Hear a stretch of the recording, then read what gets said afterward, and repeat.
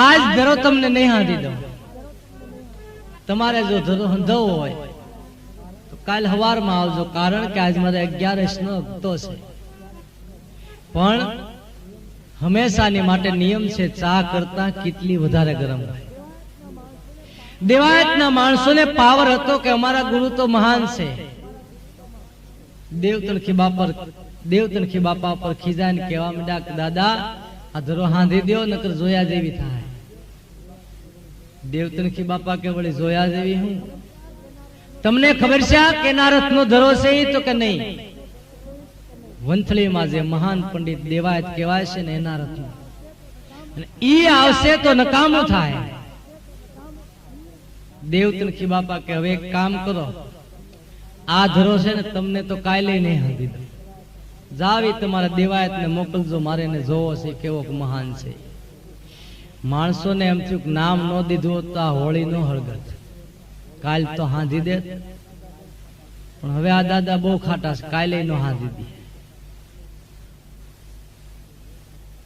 માણસો દેવાયત પાસે જાય છે, દેવાયત ને વાત કરે છે કે દાદા બાપુ ધરો આજ ને હાંધી દે, કારણ કે આજ 11 પાળે છે. દેવાયત કે મારું નામ દીધું તું? ઓલા કે નામ દીધા પછી જ હોળી હળગી, નકર કાંઈ કે હાંધી દે. હવે જો તમે જાઓ કદાચ હાંધી દે તો દેવાયત જાય છે, દેવતણખી બાપાને વિનવે છે, કહે છે કે દાદા ધરો હાંધી દો, અમારે ઉતાવળ છે, અમે દેવાલદીને ગોતવા નીકળ્યા છે. દેવતણખી બાપા કે ધરો હાંધી દો એને મને વાંધો નથી, કદાચ ને 11 ભાંગો એને મને વાંધો નથી, પણ ચૂલ પેટાવું, ધરો ધગાવું, કદાચ માથે ઘણનો ઘા મારવા વાળો જોવે ને. દેવાયત કે તમે જો ચૂલ પેટાવતા તો ઘણનો ઘા હું મારીશ. તું મારીશ તો કા તું કીધું ને દેવાયત ની ખોપડી હલી ગયો. એટલે એમ થયું કે હું મહાન પંડિત ને આ દાદા તું નું કરે છે, માટે આપણે અત્યારે ગરજ છે ધરો હંધાઈ જવા દે પછી વાત દાદાની.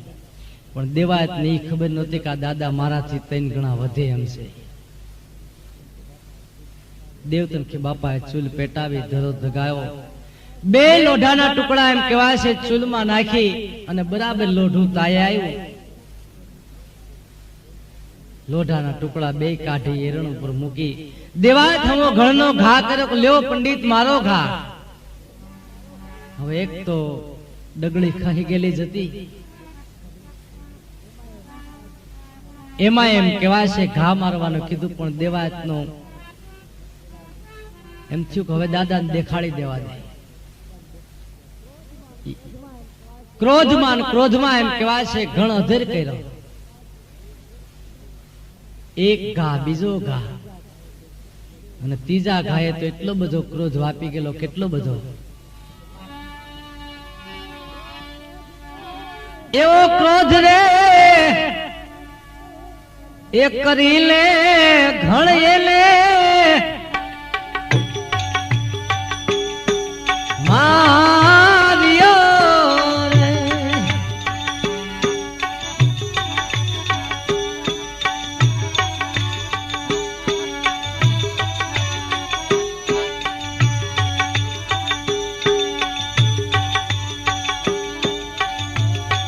એવો ક્રોધ રે કરી લે ઘણ એલે માર્યો.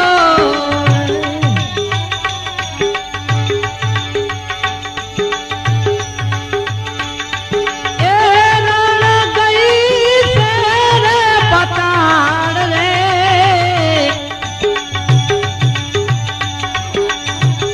એવી શંકા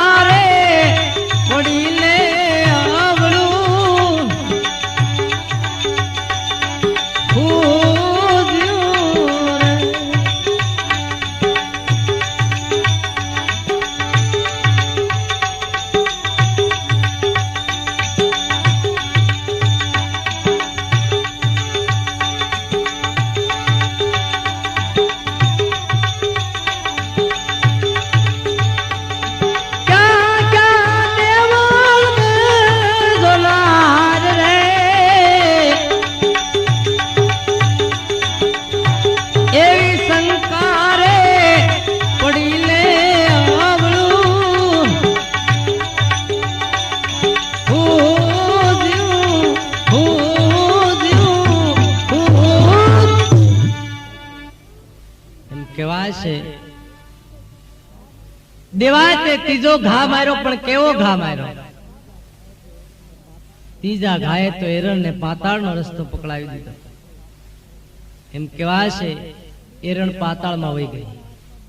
દેવ તણખી બાપાના હાથમાં બે લોઢાના ટુકડાનો વિચાર કરે છે કે હવે પણ તે દી એમ કહેવાય છે દેવ તણખી બાપાની ઘેરે એક ઇન્દ્રની અપસરા મોટી થતી હતી. કઈ અપસરા?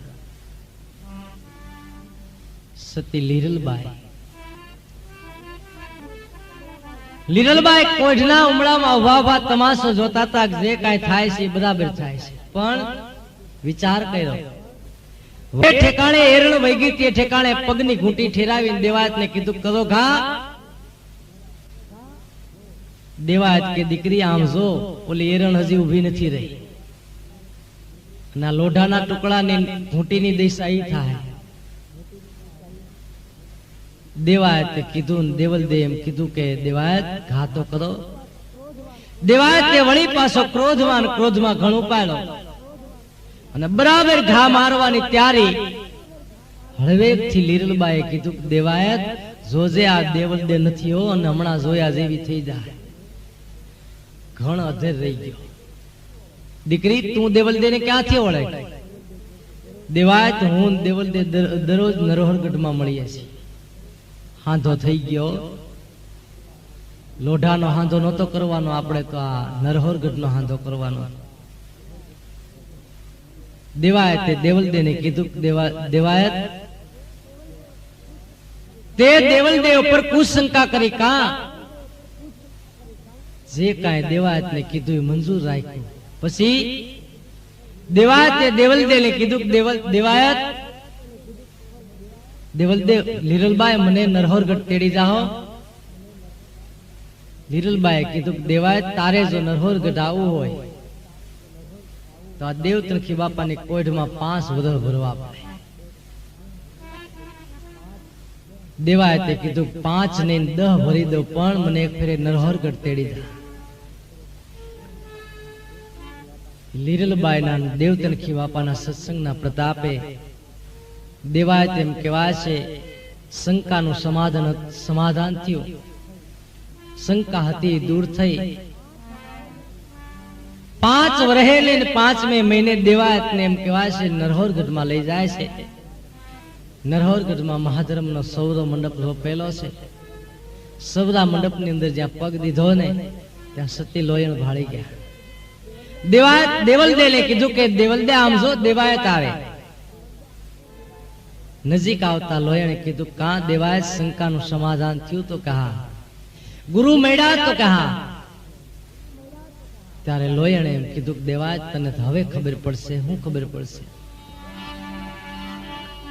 એવા સેલર સિલા એ થેલી રે લોયણ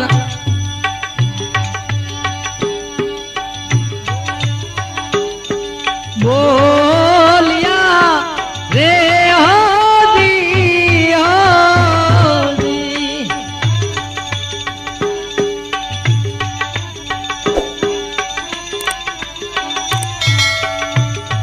એવા સેલર સિલાએ ચલી લોયણ બોલ્યા રે હદી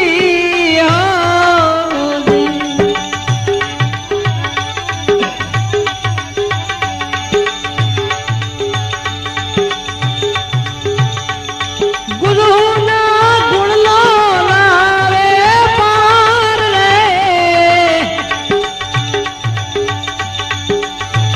એવી